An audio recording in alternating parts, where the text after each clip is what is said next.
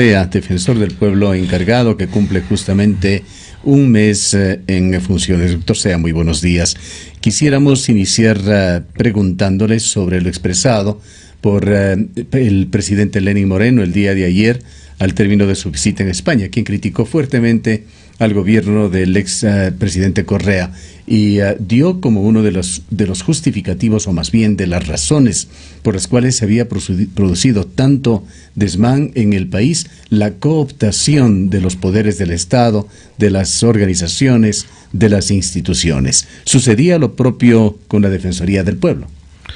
Buenos días, ingeniero. Un saludo a los amigos que nos escuchan y amigas. Efectivamente, como usted dice, y ha sido una expresión del señor presidente de la República, el Estado concentró alrededor suyo, y el Ejecutivo fundamentalmente, todas las funciones del Estado, la institucionalidad en sí del Estado ecuatoriano, y no podía ser una excepción la Defensoría del Pueblo. Lamentablemente, durante estos últimos años, alrededor de unos 8 años, la Defensoría del Pueblo fue considerada uno más de los ministerios. Y me atrevería a decir ni siquiera eso, tal vez una subsecretaría. Un apéndice de ministerios y subsecretarías. Porque son, y todavía están en esa lógica, con esa práctica. Nos sorprende que con los nuevos vientos que recorren el país en cuestión de la democracia, del ejercicio del poder, aún haya ministras y ministros que llaman a la señora defensora del pueblo a pedirles informes. Bueno, la situación digna de la defensora le ha dicho que un poco están equivocados y que quienes tienen que presentar los informes son justamente los diferentes ministerios y no la Defensoría del Pueblo. Pero no solamente en eso ha radicado esta cooptación también de la Defensoría, sino no hay la verdadera autonomía e independencia que debería existir y que constitucionalmente se lo dispone. Usted concibe justamente esto de que tiene que ser una entidad independiente. Obviamente, y eso lo dice la misma Constitución. En consecuencia, obedecer a los intereses ¿de quién? Del pueblo, del pueblo. Efectivamente, a la defensa del pueblo frente al Estado, frente a todo lo que signifique poder. El defensor del pueblo y la defensoría del pueblo tiene que estar precautelando los intereses de la comunidad. Ahora, la cooptación de poderes en el régimen de Correa se dio no solamente en términos de voluntad política, sino se estructuró todo un tejido de leyes, de reglamentos que confluían en esta situación. Sí, y además hay una situación, porque bueno, un poco eso estaría de acuerdo al principio de legalidad. Se da una ley, se tiene que respetar la ley. Lo que sucedía es que no solamente el país y el gobierno y la democracia en el Ecuador se movía en función de las leyes y los reglamentos, sino dependiendo también de las vísceras. Había situaciones que de pronto se le ocurrían a un señor, al presidente de la República, en una sabatina o una intervención, y eso tenía que ser cumplido, no importaba cómo. Si decía, pues, los fondos de pensiones, no me parece que deben estar en manos de instituciones o de grupos, tendrían que ser recabados para el Estado. Tenía que acomodarse a partir de esa declaración cualquier situación, ¿no es cierto? Y ahora estamos viendo cómo se está revisando que eso no tenía ningún sustento legal y posiblemente se van a revertir algunos fondos en particular. Entonces, no solamente era la estructura misma y la promulgación de leyes, de reglamentos, y muchas de las veces los reglamentos se iban en contra de la misma Constitución, porque eran tomados, como digo, pues respondiendo a estos intereses, sino las mismas declaraciones que marcaban el hito por donde debían seguir las diferentes funciones, y lamentablemente, como se cooptó una de las instituciones tan importantes como es la función judicial, eso hacía de que se haya blindado el Ejecutivo para que no pueda ser contrarrestado en sus opiniones. ¿Cuál es la función del defensor del pueblo? No es un intendente, no es un fiscal, no es un juez, pero tiene un poco de todo esto. Tiene la función de recoger esas preocupaciones ciudadanas y de canalizarlas. Exactamente. Nosotros podemos tutelar derechos, fundamentalmente en las garantías la palabra clave, tutelaje, fundamentalmente. Tutelar en cuestión de garantías constitucionales, por decir, en medidas cautelares, en acciones de protección, en el habeas corpus, en el habeas data, acciones de información pública, acciones extraordinarias, pero también tenemos acciones oficiosas para impedir que se provoque problemas de violación de derechos humanos. Y otras más. Tenemos, digamos, competencia en todo lo que es la ley orgánica de defensa del consumidor. Para tener una idea y tomando un hecho coyuntural, el día de hoy habrá esta gran marcha nacional sobre temas evidentemente polémicos, no solamente en Ecuador, en todas las partes del mundo, temas tan polémicos como el aborto, que se lo discute en los más diversos términos en todo el mundo, en los diversos países. Y esta situación que se ha dado en Ecuador por algunos términos utilizados y aparentemente aprobados desde un altísimo organismo como la Corte Constitucional, de nuevas masculinidades, de mujeres en su diversidad. Hay sectores, diríamos, más conservadores de Ecuador que rechazan absolutamente esto, así como sugerencias y casi más allá decisiones, porque afectan también en el ámbito legal, que disminuyen de alguna manera la injerencia de los padres en la sexualidad de los jóvenes, de los adolescentes. Bueno, es necesario que la sociedad vaya entendiendo que el problema de la sexualidad ya no tiene esos afianzamientos que tenía antes, ¿no es cierto? El hablar de nuevas masculinidades no necesariamente se refiere a la parte sexual exclusivamente. Sí, no iba tanto a la concepción de eso, sino de qué manera puede, en esta misión de tutelaje, la Defensoría del Pueblo eventualmente intervenir en términos como estos. En términos de la posibilidad de que cada ser humano pueda ser autor de sus decisiones en circunstancias que tenga ya su libertad y su capacidad y su entendimiento. Defendería el libre albedrío, fundamentalmente la Defensoría del Pueblo. Así es, el libre albedrío de acuerdo a la Constitución, a las leyes y fundamentalmente a los tratados internacionales. Y a veces yo sí veo que hay una situación medio, un tanto mojigata en el país.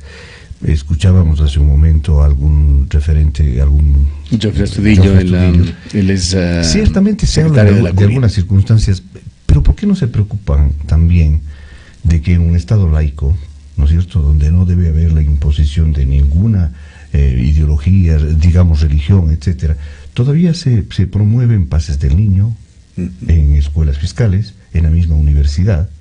Que se supone que eso debería estar excluido. Y en los otros extremos es el mismo organismo, la Curia, que está siendo sumamente criticada por su lenidad en el tema de los abusos sexuales a niños y jóvenes. Y yo quisiera decirle al padre Jofre Astudillo, como en su momento he dicho a otras autoridades de la Iglesia, no es el único caso. Nosotros conocemos aquí en Cuenca mismo hay otros casos que se han denunciado en la Curia y que todavía no salen a la luz pública. No han tenido el debido proceso. Exactamente. Ha habido un poco lenidad, como se dice, al momento de investigar. No se ha investigado lo suficiente teniendo manifestaciones expresas de que esto ha sucedido y aún están en el ejercicio de su sacerdocio algunos de las personas que han sido denunciadas. Entonces, no creo que sea precisamente el momento más adecuado para venir a hablar de estos avances en el respeto a las posibilidades de decisión del albedrío de cada uno de los ciudadanos. De parte de la Iglesia. Yo creo que si es que esto nace de la ciudadanía, pues tiene todo el derecho, pero que se abandere de esta lucha la Iglesia católica o las iglesias en definitiva, no creo que sea lo más apropiado. Bien, continuemos en este recorrido. ¿Qué temas son los más recurrentes que le han llegado a usted a la Defensoría del Pueblo en este mes? Por allí conocimos que la Defensoría iba a intervenir en algunas instituciones, me parece que era la Agencia Nacional de Tránsito, por ciertas incongruencias que se daban allí que dejaban a ciudadanos en indefensión sin un documento, por ejemplo. ¿Y qué otros casos le han ido llegando? Bueno, primero tengo que reconocer que la doctora Priscila Alvarado, que está encargada de la Agencia Nacional de Tránsito, ha estado abierta totalmente a encontrar soluciones. Y no depende de aquí específicamente. Esto de la Agencia Nacional, quizá vale la pena una explicación al público que no estén antecedentes. Por los trámites de licencia se les dejaba por horas y en algunos casos por días, sin el documento a los ciudadanos y de hecho con la imposibilidad de manejar, o si lo hacían, cometiendo una grave infracción. Claro, podían irse detenidos. Claro. Y con explicaciones por demás ingenuas, ¿no es cierto? Se decía, pues maneje con cuidado para que no le detengan. Pero cuando yo llegué, efectivamente tuve la apertura de conversar con la directora de aquí de la Agencia Nacional de Tránsito, y dijo, eso no puede ser, y entiendo que llamó la atención, y a renglón seguido pudo la persona que denunció, en el caso específico, pudo conseguir por lo menos un documento que decía que está en trámite, con lo cual un poco podía justificar, aunque no legalmente no es el documento habilitante, pero en alguna medida podía justificar que estaba cumpliendo con toda la ley, y el problema era más bien de la Agencia Nacional de Tránsito. Paralelamente, claro, hubo que hacer gestiones con el doctor Adrián Castro de la EMOB para decirle que está en esta situación y tengan cuidado para no detener a los ciudadanos que están con el trámite pendiente. Tuve también la total aquiescencia del... Ahora, en un mundo intercomunicado debería haber la posibilidad de que un agente de tránsito, si detiene a una persona, puede efectivamente comprobar que se encuentra en trámite. ¿Es factible esto? ¿O no hemos llegado a ese grado? Yo no sé si tengan la tecnología de comunicación y de información. No sé si cada uno de los agentes de tránsito tenga esta posibilidad. Yo desconozco de esto, pero así debería ser, Pero tuve la posibilidad de que la apertura del doctor Castro, para decir si efectivamente se había dispuesto que los agentes de tránsito no estén recabando el documento y a las personas que están en trámite, porque eso sí era tremendo. Por otro lado, había una serie de situaciones, personas que querían recuperar los puntos luego de haber perdido la posibilidad de manejar, especialmente choferes profesionales, están dándose una apertura a la Agencia Nacional de Tránsito con las gestiones que nosotros venimos haciendo. Estas circunstancias y otras, como lo que viene pasando en el IES, ingeniero, y que en los próximos días la Defensoría del Pueblo estará Instituto Ecuatoriano de Seguridad Social, ¿en qué área? En el área médica. En el área médica. ¿Qué está pasando allí? Está pasando que no tienen los insumos, y no por falta de voluntad de los miembros del IES, de los administradores del IES, sino porque están siempre con ciertos reglamentos y disposiciones del portal de compras públicas, etcétera, que no pueden adquirir en forma fácil. Es más, a ciertos momentos están a expensas de esta vorágine, de estas ganas de algunas empresas farmacéuticas de poner precios, de especular con los precios. Y la ciudadanía en este momento se encuentra desprotegida con algunos medicamentos. Lamentablemente el mismo IES se encuentra maniatado para poder adquirir estos medicamentos, y por ello nosotros tenemos que en los próximos días necesariamente interponer medidas. Pero en el IES se supone que hay toda una organización interna dentro del IES, una especie de consejo que se encarga de la compra de medicinas, tanto a nivel nacional como en cada uno de los hospitales o centros de atención del IES. Sí, pero hay situaciones especiales. A ver, hay medicamentos como los biológicos, que no es que todas las empresas farmacéuticas las disponen, ¿no es cierto? Antes se podía hacer, entiendo, una de las casas que sí tenía aquí en el país, y se tenía... Aquí estamos hablando de medicamentos de alto costo. Sí, de alto costo. Estas proveían al IES, y los pacientes tenían pues a disposición el medicamento. Pero ahora ya no pueden hacer por este mecanismo especial de compra, porque ya existen otras empresas farmacéuticas que disponen similares medicamentos. Por tanto, el IES tiene necesariamente que, a través del portal de compras públicas, pedir llevar los procesos, y no necesariamente gana el que ya tiene el medicamento debidamente homologado, etcétera. Y en este momento hay medicamentos que están en cuarentena, habiendo sido empresas que han ganado la adjudicación. pero todavía no pueden distribuir el medicamento porque este medicamento está cumpliendo ciertos requisitos de observación, ¿no es cierto?, por parte del Ministerio de Salud, y mientras tanto los desprotegidos son la ciudadanía. Quizá parte del problema es en el IES es un poco de ostracismo que existe. No hay un adecuado flujo de información para el público en general, ni siquiera para los medios de comunicación. Hay un tema, por ejemplo, que nos abordó alguna persona del IES en el sentido de que continuaba llenándose el hospital con médicos cubanos, así lo ha dicho, que ahora van a ser jefes de secciones sin tener ni de lejos intenciones xenofóbicas. El problema sería que se está privilegiando a lo mejor por su origen o por su orientación política antes que por sus competencias de carácter profesional, como debería ser. Es lamentable que eso suceda y se deje de lado un poco el talento, la capacidad nacional. Esto y otras cosas. Lamentablemente, durante todo el tiempo del IES y en estos últimos años más, la demagogia cundió y están prácticamente llevándole a situaciones muy complejas de subsistencia al IES. La politiquería de algunos gobernantes ha hecho, por decir algo, que no se exija a los mismos extranjeros que son personas adultas, que vienen ya con problemas de salud, etcétera, y que simplemente se afilian acá con el básico. Tienen derechos total, y además iguales que afiliados que han aportado por muchos toda años. La vida, ¿no es cierto? Toda la vida, y adicionalmente le afilian a su esposa, a su cónyuge, y son los que más exigen. Cuando el IES quiere... Para contrastar con esto, un ecuatoriano, y de los cuales hay muchos en los Estados Unidos y en otros países, tener un seguro médico con los alcances que podría tener el del IES, salvando todos los defectos que tiene y de los cuales estamos hablando, podría costarle cifras de 600, 800 mil dólares mensuales. Y cuando acá el IES debería pues imponerles por lo menos el aporte que sea en base a su pensión jubilar, pero no.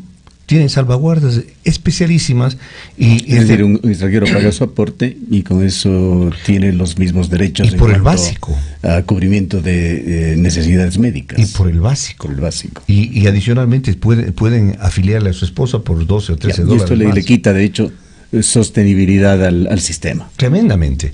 Hay situaciones que se han dado en el IES por cuestiones demagógicas, por tratar de compensar a ciertos grupos, y están constriñéndole tanto al IES que prácticamente le están llevando a quiebra. Ahora, si alguien accede o pretende acceder a una cita médica con un especialista, tiene que esperar de 60 a 90 días. Paradójicamente es otro de los temas que se refirió ayer Lenín Moreno, de que hubo demasiada apertura, cualquiera entraba y salía del Ecuador, se refería a Moreno, hablando más de los problemas que se han generado con la droga, pero realmente hubo una apertura quizá excesiva hacia el ingreso de personas extranjeras y a la adquisición de derechos dentro del país.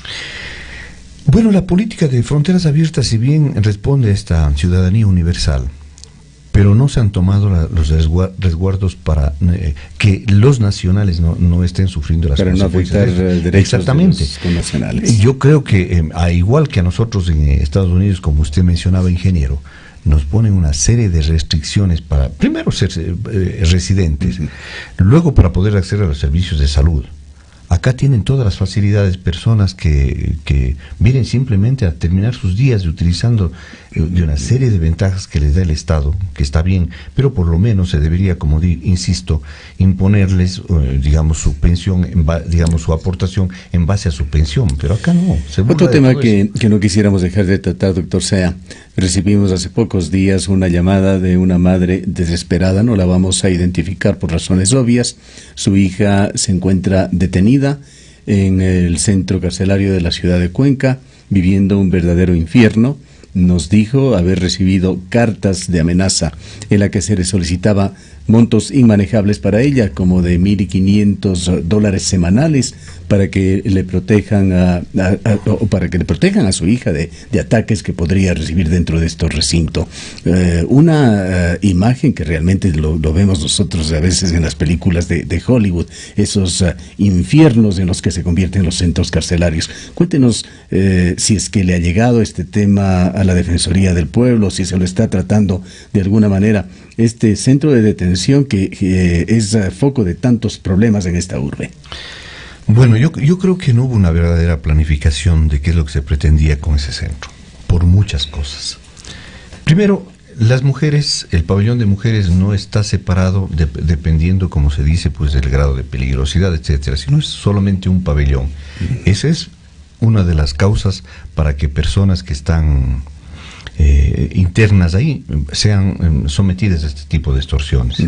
En los otros pabellones también sucede, en los de varones sucede eso, pero por lo menos ahí están medianamente separados dependiendo del grado de peligrosidad. Se ha llegado a decir que son mafias las que controlan el interior de estos centros carcelarios. ¿Alguna evidencia le ha llegado a usted de estas denuncias que se hacen? Bueno, durante el periodo que estoy como en la Defensoría del Pueblo no, pero yo conozco de lo que sucedió y sucede al interior. Efectivamente, no se puede explicar cómo ingresa droga, no se puede explicar cómo ingresan armas, que efectivamente existen al interior. Cada vez que hay una requisa y provisión de drogas y armas allí. Además, yo sí quisiera recordar, si bien a veces se ha dicho por parte de los gobernadores que estos son verdaderos centros de rehabilitación, yo creo que no tienen nada que ver con centros de rehabilitación.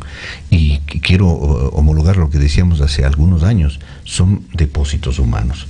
Si bien ha mejorado, tengo que reconocer, hay higiene en la cocina, hay ciertas posibilidades de los que quieren acceder a los talleres en mejores condiciones, está separados en diferentes pabellones, pero yo siempre les he dicho, a ver, Cuenca es frío, Turia es frío, mucho más fría, por la altura.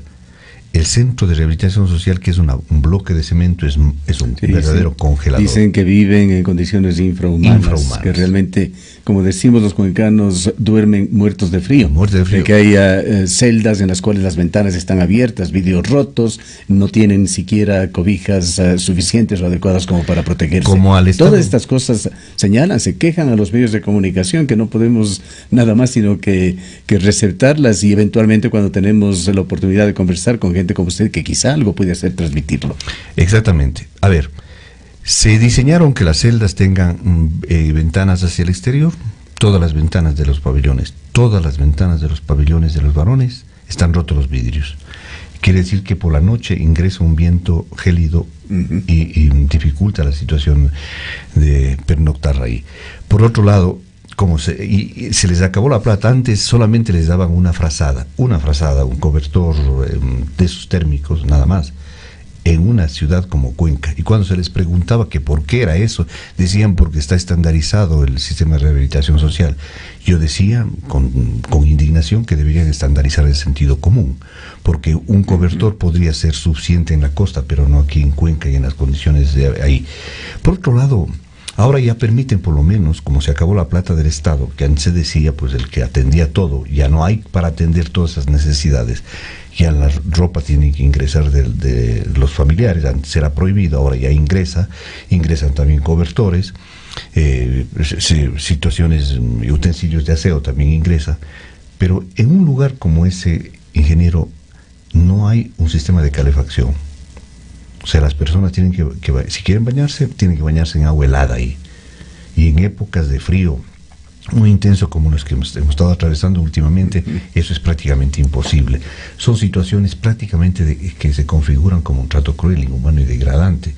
Y eso el Estado tiene que reconocer. Y no es cuestión del director, no es cuestión de quienes están administrando aquí, es cuestión del Estado mismo. Es parte de un sistema. Parte de un sistema. Así como el dinero que se destina para la alimentación diaria de los presos, que evidentemente pone limitaciones. No se trata de que las cárceles sean hoteles 5 estrellas, pero tiene que respetarse los derechos de las personas. A cualquiera le puede pasar por cualquier circunstancia terminar en una de las cárceles ecuatorianas.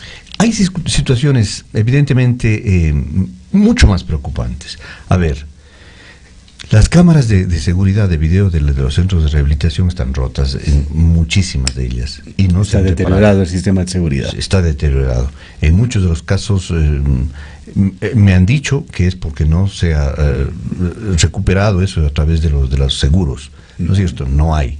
Por otro lado, las luminarias. En la gran mayoría de los pabellones de los varones tienen que pasar a oscuras durante toda la noche. Porque no hay sistema de iluminación. O sea, hay alguien que quiera un poco, antes de dormir, leer algo, hacer una cosa que le pueda permitir pasar un poco medianamente que puede dignamente. ser parte realmente de una rehabilitación y el aprovechar ese tiempo libre para educarse. No pueden. Además, la situación es tal en el centro de rehabilitación social que personas pueden salir solamente al patio media hora o una hora al día y luego regresan a la celda si es que no están en los talleres. Eso no es rehabilitación social. No tenemos mucho tiempo, pero es un tema intrigante, preocupante, que debe ser tratado con mayor apertura también en esta ciudad. En varias ocasiones hemos intentado ingresar con periodistas a este centro carcelario. En el anterior gobierno era imposible. Se llegaron incluso a enviar comunicaciones del Ministerio del Interior. Nunca pudimos hacerlo, excepto con alguna invitación dedicada un día en que se realizaba un homenaje para los presos y en que la casa está arreglada. Exacto. Finalmente, y le ruego brevísimamente, pues estamos ya sobre el tiempo, doctor Sea, cuéntenos qué pasa en Río Blanco. Hay denuncias de pobladores, de activistas, en el sentido de que sigue la fuerza pública allí sin observar la decisión del juez Paul Serrano. El gobernador de la provincia, hace 2 días en este medio de comunicación, y lo retransmitíamos ayer, ha señalado que nada de eso es cierto. Bueno, hubo la presencia en los últimos días de un contingente militar, entiendo que por pocos minutos, pocas horas, y se retiraron. No es que están emplazados ahí. Lo que sí hay en Río Blanco es la presencia de la policía y de la seguridad privada, que creo que es pertinente mientras esta situación se dilucida, que estén ahí. Lo que a mí me preocupa, ingeniero, es que a nosotros de la Defensoría del Pueblo pretendan porque no vamos a consentir, no tenemos el talante ese de bajar la cerviz, y mucho peor cuando tenemos una orden del juez. Nosotros que tenemos que hacer el seguimiento del cumplimiento de la sentencia, quieran imponer filtros para llegar a ver si están trabajando o no. La última presencia nuestra ahí, nos vinieron en actitud altisonante a decir que por qué habíamos pasado, luego de que ya nos identificamos, pasamos directamente a la Bocamina. No, ellos querían que nosotros vayamos cada uno de los filtros dando razones, explicaciones. Nosotros, amigos y amigas y señor gobernador, no vamos a dar ese tiempo para que de pronto puedan preparar la casa. Nosotros ligaremos el momento que creamos pertinente para ver si se está cumpliendo con la sentencia, y no vamos a estar avisando, y peor sometidos a los filtros. Nos identificaremos como es menester, pero tampoco vamos a someternos a las disposiciones como a un ciudadano particular. Nosotros estamos a la posibilidad de controlar el cumplimiento y no nos someteremos, señor gobernador, óigase bien, so pena de denunciar y pedir que los jueces actúen en debida forma para que nuestro papel de vigilantes del cumplimiento de la sentencia sea efectivamente cumplido. Muchas gracias, doctor Sea, por su presencia.